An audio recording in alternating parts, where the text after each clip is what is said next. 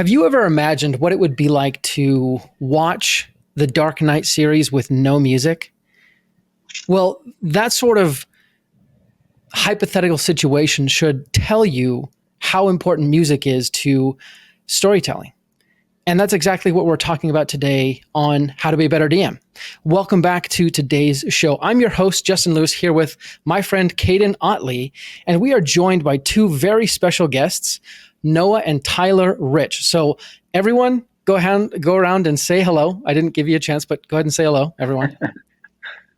Hey. Hey, I'm Caden. Hey, I'm Tyler. Hey, I'm Noah.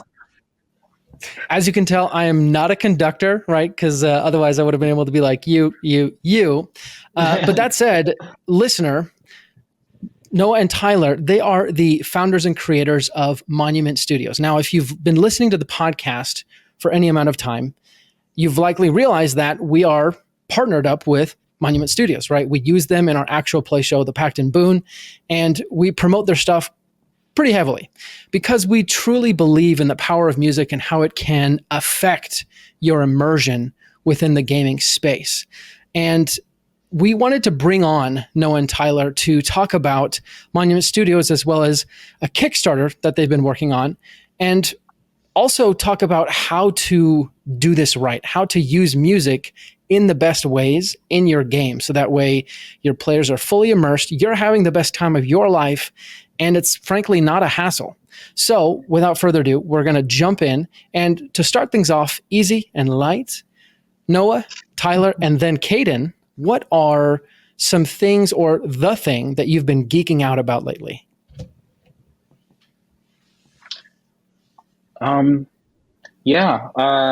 Thanks for having us on. This is our first kind of real podcast interview, so this is kind of wild. But to answer your question, nothing too crazy. We've all kind of been rewatching Game of Thrones, and kind of studying the nuts and bolts of that because it's such a iconic soundtrack. But outside of TV, been playing a lot of World of Warcraft. Justin, I was showing you before we started rolling the Frostmourne guy right there. That a lot of that. But yeah, that's those are the big ones. Those are the big ones right now. My answer isn't quite as on brand, I guess. It's largely on the music production side, like he said. And even going into like the newest kind of film scores and movie trailers that are out. Like even if the movie looks like garbage, like it's kind of besides the point. Like people are always kind of pushing the envelope.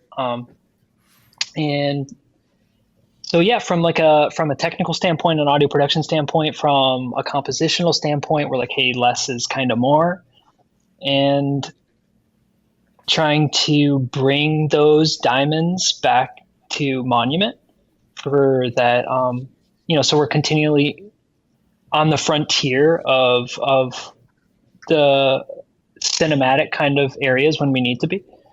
Other than that, my free time is probably super boring to most people. I examine a lot of like Bach. I like to play a lot of Bach on the guitar, so classical music. I read quite a bit, philosophy, stuff like that. That's kind of it. It's like we're just doing Monument like all the time. So awesome. Yeah. But yeah, like you said, we are rewatching Thrones and stuff for and examining the brilliance there on the audio side of things. Some Warcraft. But yeah, nothing too like crazy exciting. So Well, it all sounds pretty exciting. Like you guys are in the thick of it, composing world's greatest D&D music. Man, thank you. Thank you. What about you, Caden? Lately, I'm trying to think. I have been. Oh man, So we just got this new printer, new 3D printer. It's from Elegoo, and it's like 3 times the size of my old one. And so I've been printing nonstop for my D&D game, which Justin's a part of. Oh, damn. Mm-hmm. And so that is what I'm most excited about, and what I've been nerding out over is I'll sit and I'll edit the live play show, and I just get, you know, the fantasy vibes, and I get to paint the miniatures for my upcoming D&D games. I would love to see some of that. Yeah, dude, man, that sounds cool. They're not gonna actually. I'm gonna toot my own horn. They're pretty good. they're really good. Okay. Yeah, they're really good. Awesome. What do you definitely need to see some of this? Yeah. What is it like? Just like mini guys, like little tiny guys, or okay? Yeah, exactly. So it's like placeholders for the monsters or the characters, and so like. My favorite ones that I've painted recently, they're from this Flesh of Gods pack. Yeah, here you go. Justin has a mini. Oh, no. And so that's a wraith, which is cool. Yeah. Whoa, that is awesome. Wow. Yeah, they get into crazy detail. My favorite one that I've done most recently is this. It's called an archvine, and it's this like plant creature that, you know, it's like a flower that its mouth opens up and it has eyeballs inside of it and all these teeth. And it's, you know, I added some resin in the mouth to make it look like saliva. Yeah. Oh man, that's serious business. I like that a lot. Yeah. Is there anywhere where I can like stay posted on these activities? Like, do you do these on like your personal account or? No, dude, I'd get shamed on my personal account. So, No. So Justin and I have been talking about kind of pushing the social media more, and I mean, because Justin does a lot on there, but Tanner and I, the other co-hosts, we don't do as much posting.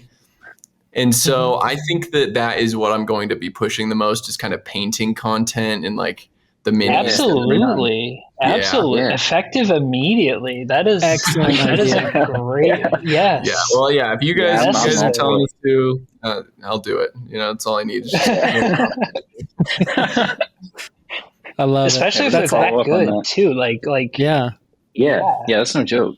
Everyone's being deprived. Yeah. I think they might be. I'm pretty. There's a few of them that I'm pretty excited about. So. I love it. Nice. As far as I go, I've just been reading some source books lately from D&D. My brother gave me a bunch back in December, and I've been making my way through it. And as I've been reading them, obviously they're by, you know, Wizards of the Coast. I've been learning ways to really do better myself in writing these content pieces. And actually, I think that's a great segue into you guys, right? Because naturally, there was a time when there was no Monument Studios, right? And so I'm curious, how did you go from that point to now? And sort of what were some influences along the way kind of pushing you into doing this or doing that?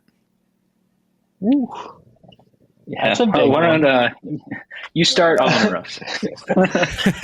0 to a million right there. Yep. Yeah, that's insane.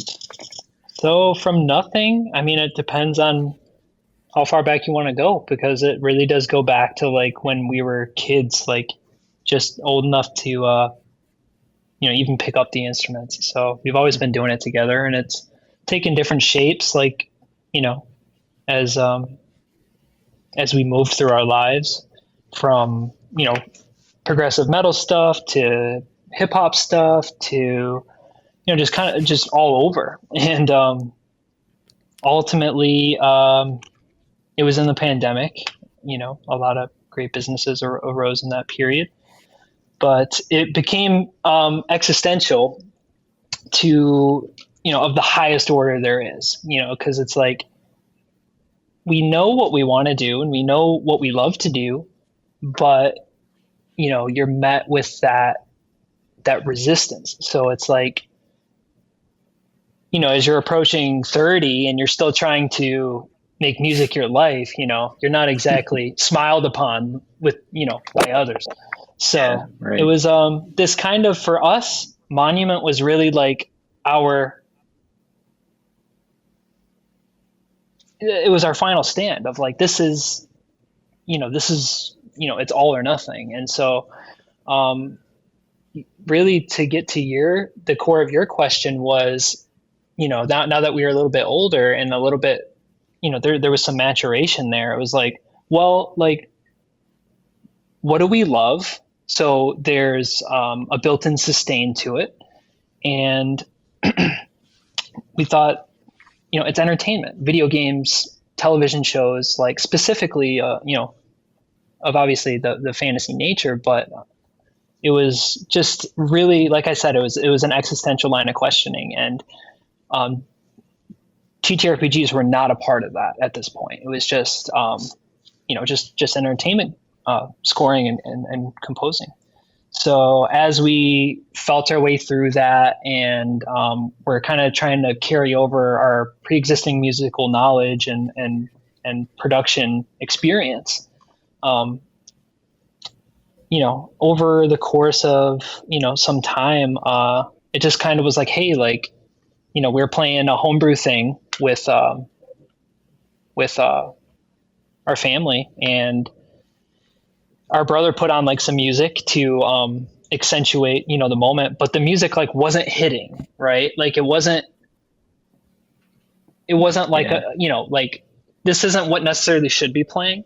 And so that was just kind of like the mental kind of supernova, you could call it, where because it sounds easy after you've done it, right? Like, oh, you make music for role-playing games, like it sounds so obvious, but it's really not. And the logistics that go behind it are so convoluted, and it opens up to be really complex, structuring things specifically for tabletop audio. And so, I don't know if I've sufficiently answered your question or not, because it's such a large question. But one thing I would add to that, just one thing that's jumping out at me, Tyler, for that is when we were running like one of those first sessions and that music was on, and in that same world, like Fantasy Plus was built and Fantasy Plus was running, and like how different like that first session was versus like the 12th session. Like, true, because the campaign was so long, right? Yeah, actually, like, I never thought about that. Huh? Yeah, man. Yeah, that's so cool. Like, you guys got to live the progression. Yeah, it was really. I never even thought about that. Like, so that's yeah. That's a beautiful thing. So we're trying our best.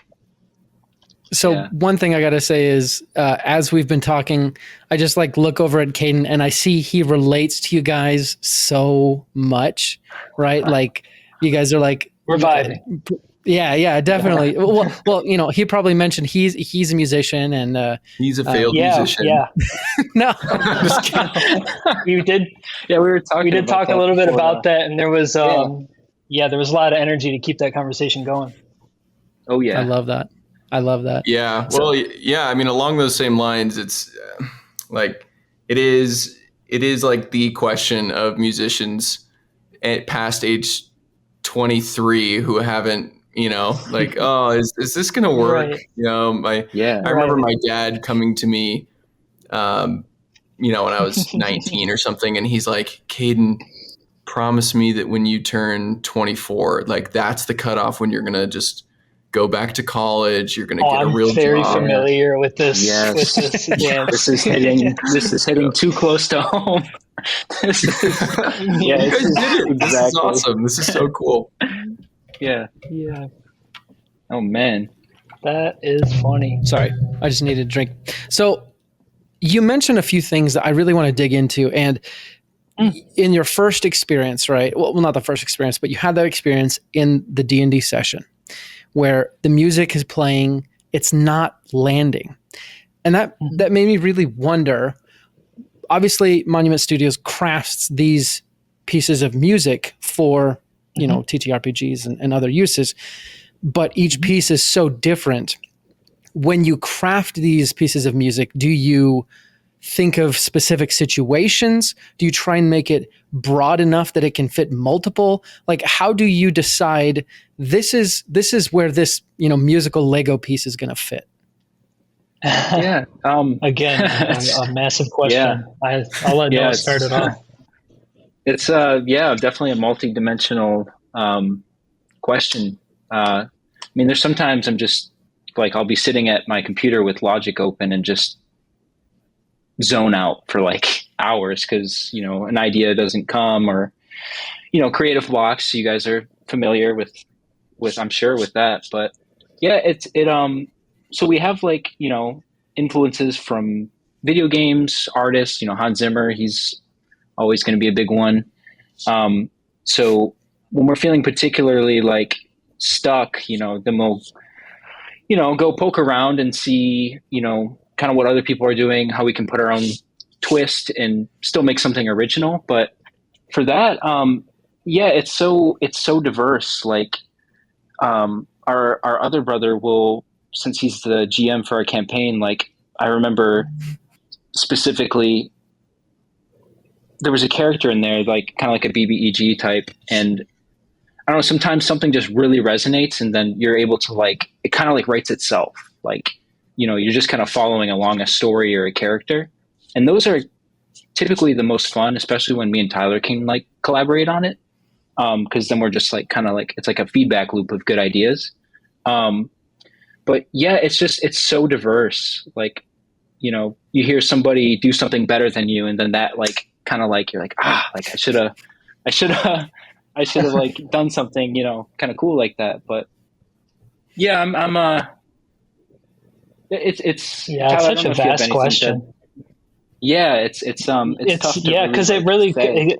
it might sound cliche, but it does come from anywhere, right? So it could be like you're saying, character based or narrative based, or it can be something a lot more abstract than that. It can be something pulled from your own life experience, or maybe you're going through a time that's particularly not too bright, or maybe it is bright, and so there's those things. And I think the reason why it's hard to articulate the scope of where it's coming from is because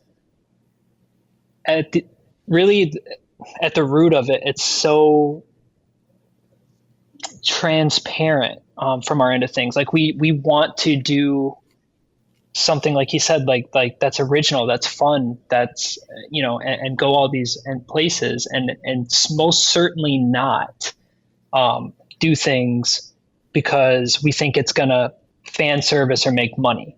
Like that is absolutely never in the equation. And people ask us for specific stuff quite often, and some of those things we try to meet them halfway because we want people to be happy. But there's a cutoff line because it's like, this is not like within our like something that we as human beings are particularly thrilled about, and that's going to come through in the work. And we absolutely don't want to produce anything that we're not proud of, or anything that's subpar, or like we still want to have fun, and so but it's quite complex. Yeah. Yeah, it's a tricky balance. It kind of churns on a day-to-day or week-to-week or month-to-month basis, because we have to produce such voluminous amounts of content that, like sometimes you are like, it's more world building inspired, or it's more personally inspired, or things. But then you ask the question of, do you try to make it so it can fit more than one situation? And the answer is yes and no. A lot of the times yes, and some of the times no, because the sound is so specific, and it's a situation that is likely to come up when you take an aggregate of everybody. And so we try to really get that sound right. Like if it's like a plot twist, for example, and it's dark and there's a sound of intelligence behind it, like, well, yeah, like that's obviously going to sound like a plot twist, right? But if you're doing like an elven kind of ambience or forest, then we take a step back and try to be a little bit more abstract with that. So you could use it for that, or you could use it for a character, or we want to leave as much distance as practically possible So yes, like the person on the receiving end can paint it however they see it. So it's a hybrid. And to I don't want to yap everyone's ear off, but as a final note on that, I would say, it's such a scientific approach at the end of the day, because when you're designing these things, contextual to tabletop gaming, at least we certainly hope that when you're playing Monument stuff, it reads as different as if you just played something on YouTube and you're like, hey man, we've been listening to the same song on loop for 20 minutes, So the way that they're like structured, and then the way they loop back into themselves, we try to make it, put a lot of thought behind that. And we're certainly not perfect at it, but it's something that we're always trying to be better at and just kind of push the envelope of. And as far as contextual to the actual implementation of it. Beautiful. Yeah, I like your answer better, Tyler. So getting into more of the, sorry. Well, I really like the way you speak, because it's very, very methodical and not how I speak. Like I feel like the way I speak is kind of like falling downhill a little bit. That's neither here nor there. Like you just kind of keep your feet going, like that one. Have you guys seen that sport in Ireland or whatever? They roll the cheese down the hill and everyone just falls. Yeah, I literally now I'm starting. Yeah. I feel like that's me. Anyways. So now getting into sort of the nuts and bolts of using it. Okay. Mm-hmm. What are some of the best methods you've seen or experienced or maybe recommended for dungeon masters who want to add music in to their games? Like, what are some tips you'd give them when trying to create these playlists?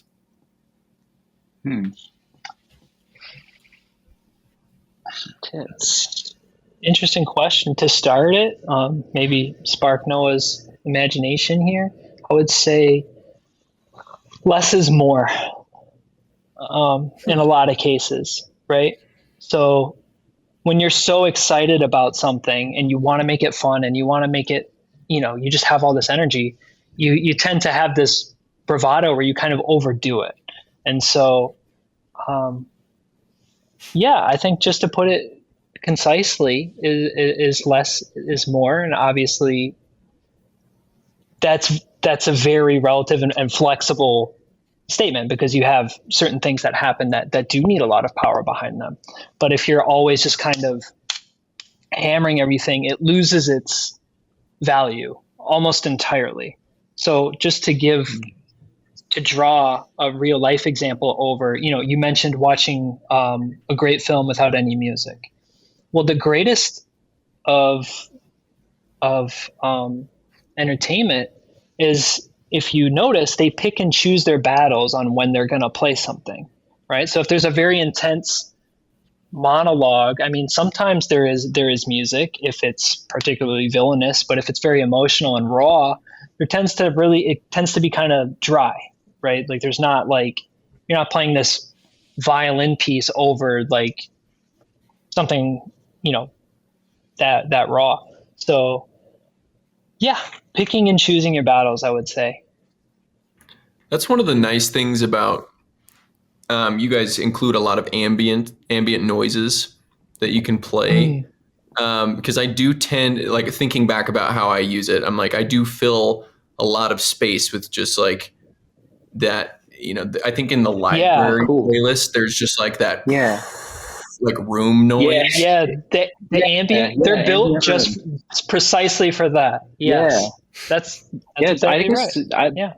That would be my advice, would be when you're using like ambiances, if you are using Fantasy Plus, there's that hotbar section where you can like queue up like different one shots and stuff.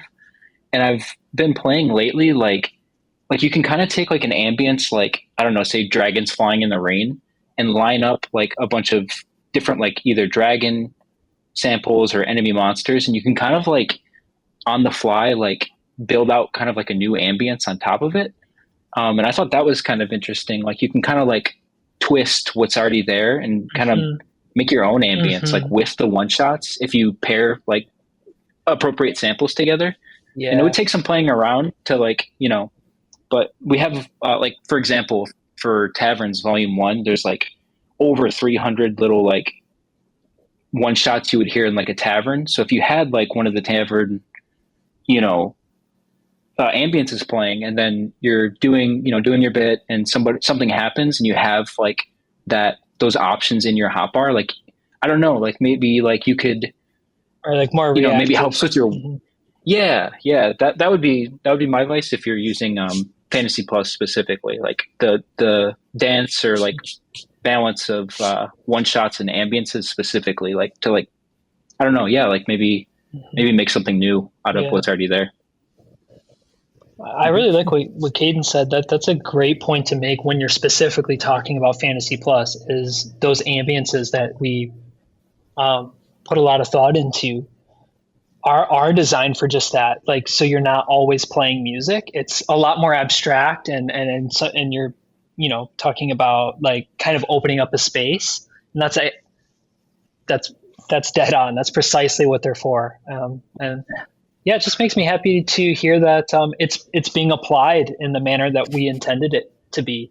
Yeah, 100%. I mean, you can ask Justin. Like right now, they're trapped in this insane forest, and you guys got it covered to a point where they feel scared in this forest at different times. Yes. I feel like it adds just I such another love that. dimension. Yeah, even for me as like a DM, like I feel like I'm able to describe what's happening more effectively because I feel so immersed. Right. Cool. Really bring it to life. Yeah.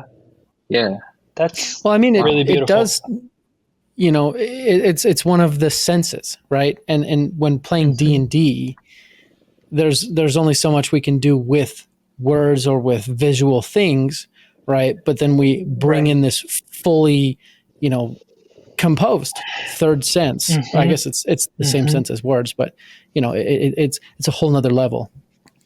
100%. It's funny you say that, because we, at this point, it's like, I mean, like if somebody really wanted to, like you could push us to, but like we don't really want to play without it being scored. It's like once you like get to that point and it's like so well developed, you can't go back. Right. Like, it's like, so. That's a great point. Exactly, dude. Yeah, I agree. You can't unsee that. So that's fun. Yeah. So actually, on that note, one question I did have was, what tips would you give to the dungeon master in managing both the music and other aspects of the gameplay? And that question goes to you too, Caden. Yeah, I think Caden should take that one, just because we don't ever DM. Sure. So we're just always on the player side. So this is kind of something that I'm getting better at, and I talked about this in my most recent episode, is just like learning how to shut up and just let things happen, because a lot of my players, at least, are more seasoned and are getting better at role playing. And so it's really nice because I can kind of sit back, and if they're on the trail somewhere, or like I said, right now they're in a forest and there could be a lot of downtime if I allow it. And I kind of take that time to assess what's happening next and decide, like, what is the feeling of the conversation. And I mean, you guys, here's the nice thing is we're talking about Fantasy Plus. We only use Fantasy Plus, and you guys have this awesome search tool that makes it so easy. It's like I get on there and I'm like, okay, I don't even know, like, birds chirping or something. There's always something. Okay. Well, cool, man. I'm glad to hear you say that, because the search function is actually like literally half the reason that we're doing this Kickstarter, because it's just keyword based. and we really need it to be meta tag based. I mean, it's painfully obvious.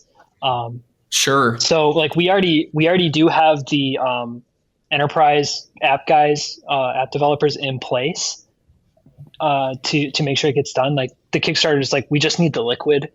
That's it. Like we already have the guys and the work cut out for us, and we know we largely know what it is we need to do. But yeah, the search is one of the primary things that we really want to bring up. Like, a million levels there. Yeah. And like I said, like I think it's great right now. And so if it was based in more of a, I could type anything in and any related sounds come up, it's going to be a million times better. So that's super exciting to hear. Oh yeah. Awesome. And actually, I'm glad you on that note, yeah, cool. No, you go ahead.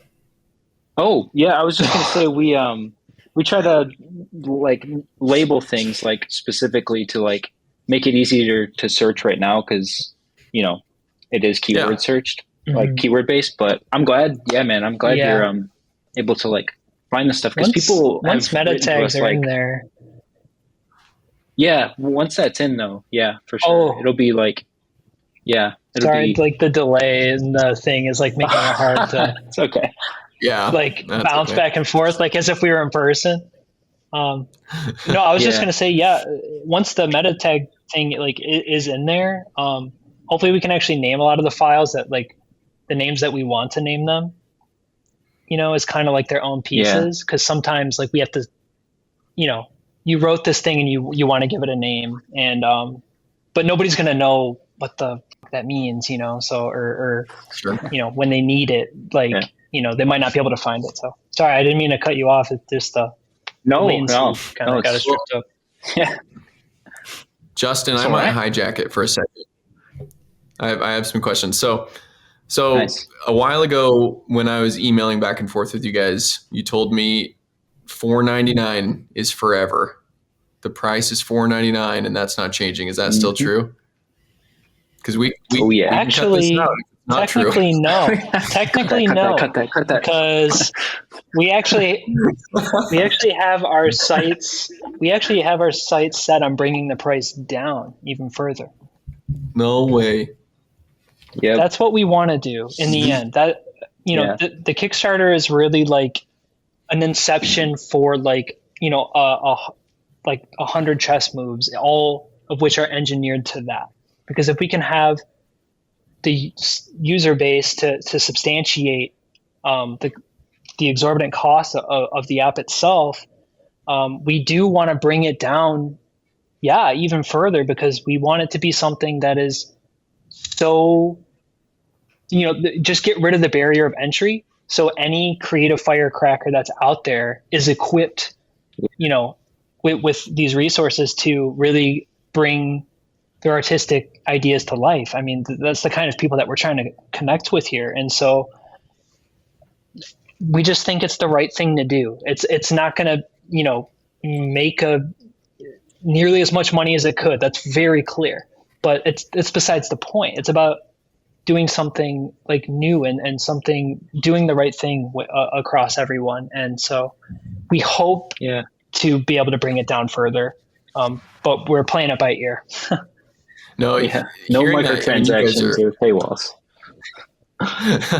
No, it's amazing. Like you guys are awesome. So for the listeners, like, obviously Monument Studios is sponsoring the Pact and Boon. And so we get to enjoy this stuff for free, but I pay for it privately because I'm just like, man, you guys deserve the support, I'm like, thank you. I'm like, it's like you said, it's already a low barrier of entry, and it's something that I barely notice come out of my account every month. And I just can't understand why anybody wouldn't do it at that price. And at a lower price, it's like, we don't understand it either. Like, we're like, hey, like, come hang out with us. Like, and if you don't like it, please tell us that you don't. Like, tell us exactly why you don't, because we want to be sentient of that. Like, we're not perfect, obviously, and so, It's basically free, guys. Like, yeah, it is. Well, especially when you consider the mental tax and the amount of man hours that go into creating productions like this. It really it takes a toll on you. So I'm just like, man, yeah, it does. It does. These are works of art for basically nothing. Wow.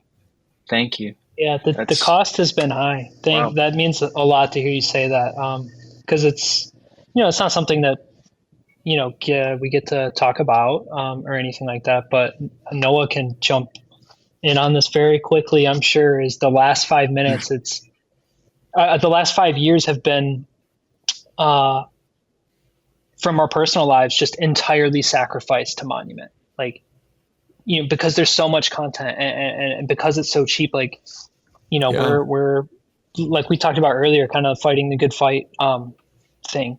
And so, yeah, like we don't, when we said we were boring, like in terms of like nerding out, like we're just doing this and the amount of really work are. it takes to Yeah, even do, really are. like you said, like one piece, let alone if we drop, that's why you don't see a lot of installments come out from us.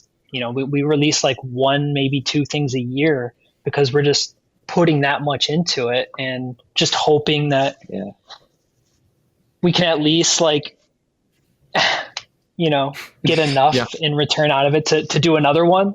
Like, so, yeah. We kind of insulate ourselves from the world. Yeah. Yeah. That's all.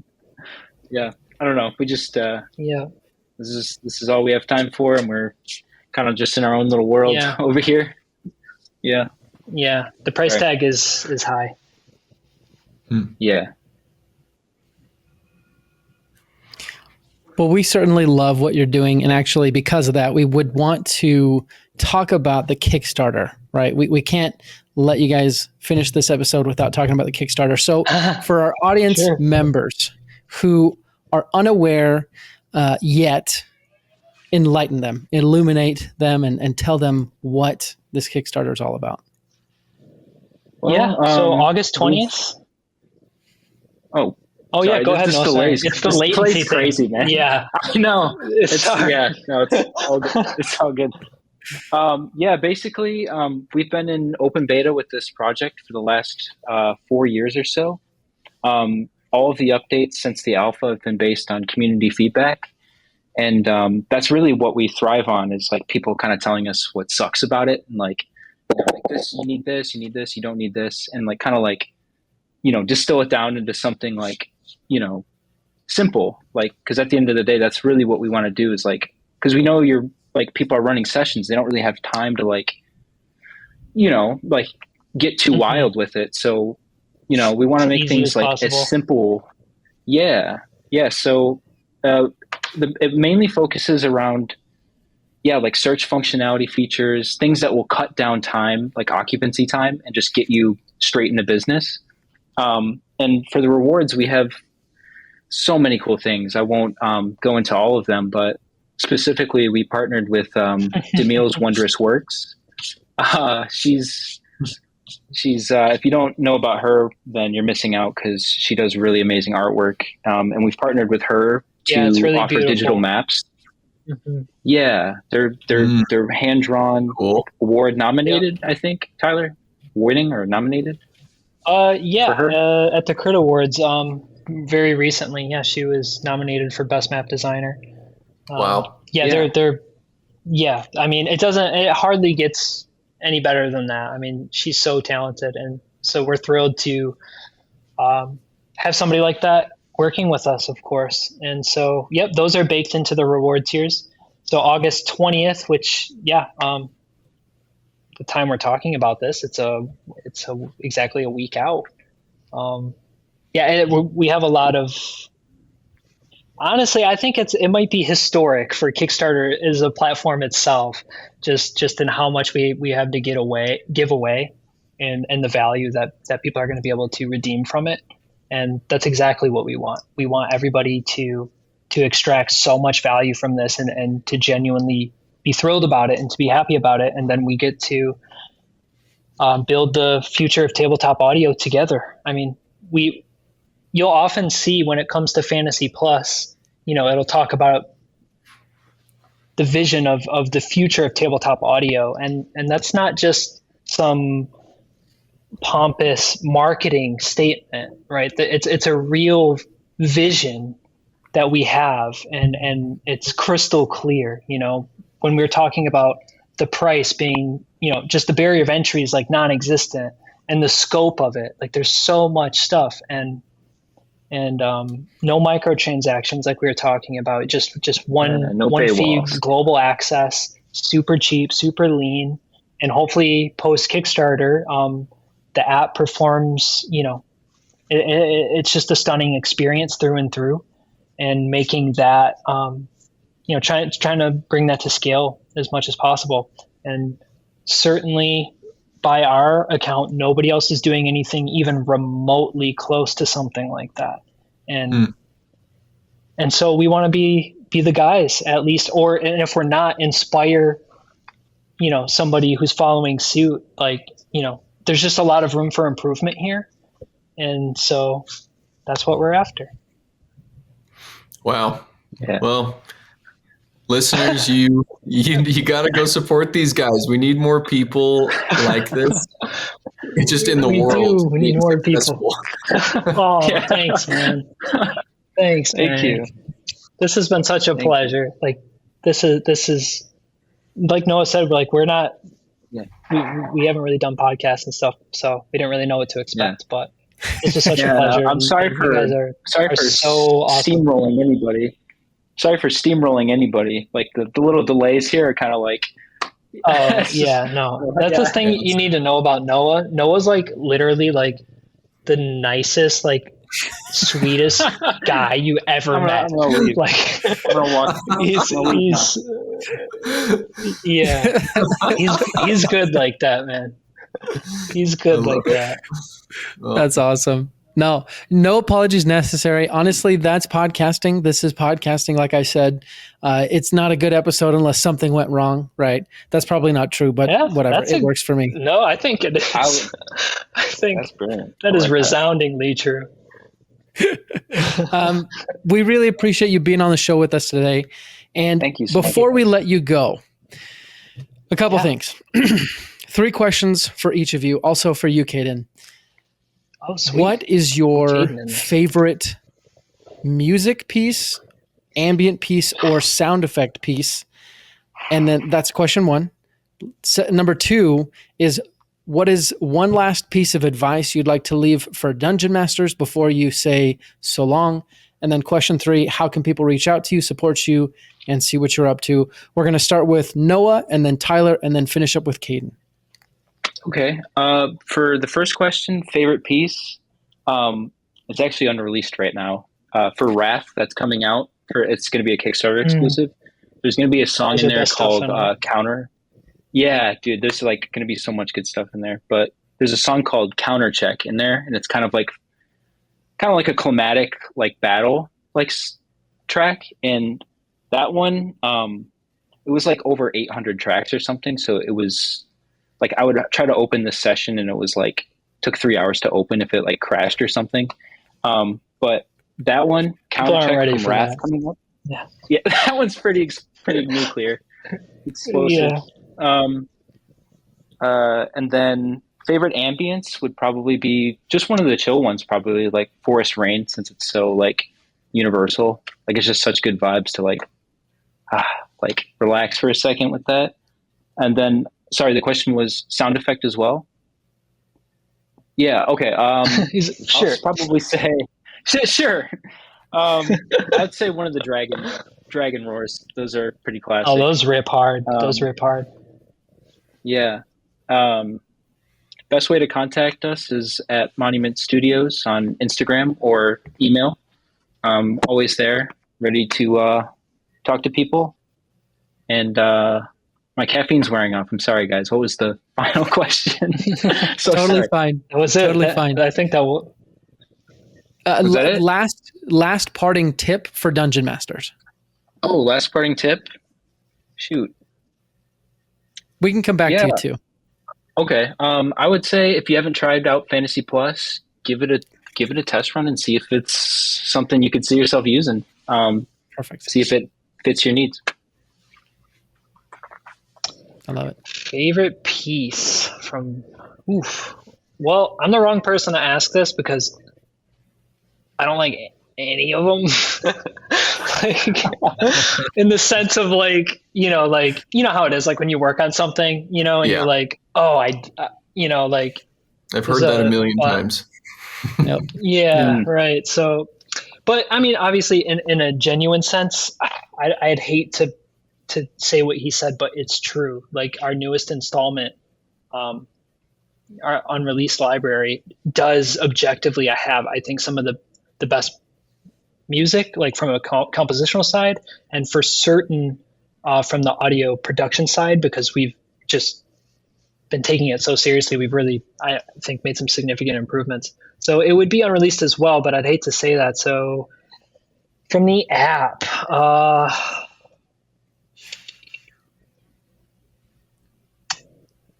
such a crazy question. Help me out, dude. How about I know conspiracy theme's pretty. That's a conspiracy theme is. I love that. I love conspiracy theme. Stepstones. Is honestly that one. That one's. Yep. Stepstones is good. Kind of put me on the spot, guys. I don't know. Like, I really don't. No, I'm still perusing. If you don't have an answer, no worries. Yeah, I really don't. There's a lot of pieces that are like close to my heart, like Exodus, and Cryptic Choir. Actually, is if nobody's used that, definitely check out Cryptic Choir, and the recap theme. The recap theme, if I'm going to put in the top 1%. Yes, I do remember that one. Yeah, for recap sure. theme. Yeah. Yeah. As far as advice, I think just earlier, maybe in the context of audio, sometimes less is more. So if you're just really excited about using stuff, definitely not trying to stop you. Use it, have fun. But as it goes on, it might dawn on you that some refinement is in order. As far as reaching out to us, yeah, like you said, we're always open through our email. Like if there's ever an issue, but just we're primarily active on Instagram. And yeah. Cool. Okay. Well, I'm, if I haven't shown it yet, a nerd about this. So at the end of Acton Boone, I have the Handel Passacaglia harp. I don't know how to say that.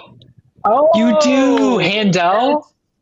Yeah. No. I love you, dude. Like we would be such good friends if that's what you picked. Oh yeah, I the second I started talking to you guys, I figured that out. Talk about taste maker with class over here. That is, love it, man. So, absolutely. So yeah, that one I love hearing that at the end of every one of our episodes. It never gets old, and I just feel like it fits the. There's like there's the sense of like, oh, it's there's something more coming. There's more story to be had. Wow, I respect that. And then as far as like atmosphere goes, I have a few that I use a lot, and so those are probably my favorites. I feel like there's one that's it's like a fireplace. You're sitting next to like the hearth, right? And there's something Mage's Campfire is really good. Yeah, there you go. There's something about that is conducive to just good conversation. It is like, hey, you're at the campfire. What's happening? And a lot of good talks happen around campfires in real life. So maybe that's why. Yeah. Probably. Beautiful. Yeah, probably. I talked about that like kind of empty room noise. I think that one's really nice. And then there's like I think it's like a schizophrenic forest that I use a lot. Fantasy One. That is literally one of the first files we we ever made for Monument. No joke. Really? I think Yeah. it's such a funny name too, and it was like just what I was looking for specifically the campaign I'm running. Right. Like back then we were just like, just kind of having fun, and just it wasn't as serious as it is right now. So Sure. you're just kind of like, whoa. Wow. That's pretty Yeah, true. that's a throwback. Whoa. Yeah. Yeah, my tip, the tip that I have is, what the hell are you guys doing? Get Fantasy Plus. If you can't tell, I'm a huge proponent for it. So, but musician or not, this is something that elevates your game so much. So please do your players a favor. Yeah. Mm. Well, listener, you heard it here. If you want to immerse your players much more, also, I apologize for saying immerse. If you want to immerse your players much, much more. And, as Tyler said, I think this stuck out to me. In movies, when the music stops, right? Just go listen to A Quiet Place or A Quiet Place 2 or the other one they made, right? Music has such an important part in storytelling because it's not so much about what you're listening to, but about what you're feeling. So as you set the scenes in your games, make sure your players are feeling exactly what you want to feel. So Noah, Tyler, Caden, thank you guys so much for being here with me on today's episode. Listener, we're going to be back next week with another. Yeah, thank you so much for having us. Also, lag. Oh. Yeah. Yeah. It's the lag. It's not us. Yeah. Cursed. Yeah. No, I totally get it. But listener, thank you for being here and joining us. We're going to be back next week with another handcrafted episode. Until then, let's go ahead and roll initiative.